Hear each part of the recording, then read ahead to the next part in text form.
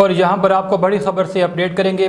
खबर शामिल करते हैं तांदलियानवाला की। तांदलियानवाला में हमारे नुमाइंदे असदुर्रहमान के मुताबिक तांदलियानवाला सिटी और उससे मुल्हिका सदर के इलाकों में MNA Ali Gauhar Baloch, MPA Jafir Ali Hocha, Abdullah Nayyar deputy commissioner Faisalabad, Kamran Adil CPO Faisalabad, SP Tandlianwala, DSP Tandlianwala, Safa Abid assistant commissioner Tandlianwala, chairman अमन कमेटी तहसील तांदलियानवाला, सदर अंजुमन ताजरान तहसील तांदलियानवाला की मुहर्रमुल हराम के सिलसिले में तांदला जिमखाने में मीटिंग।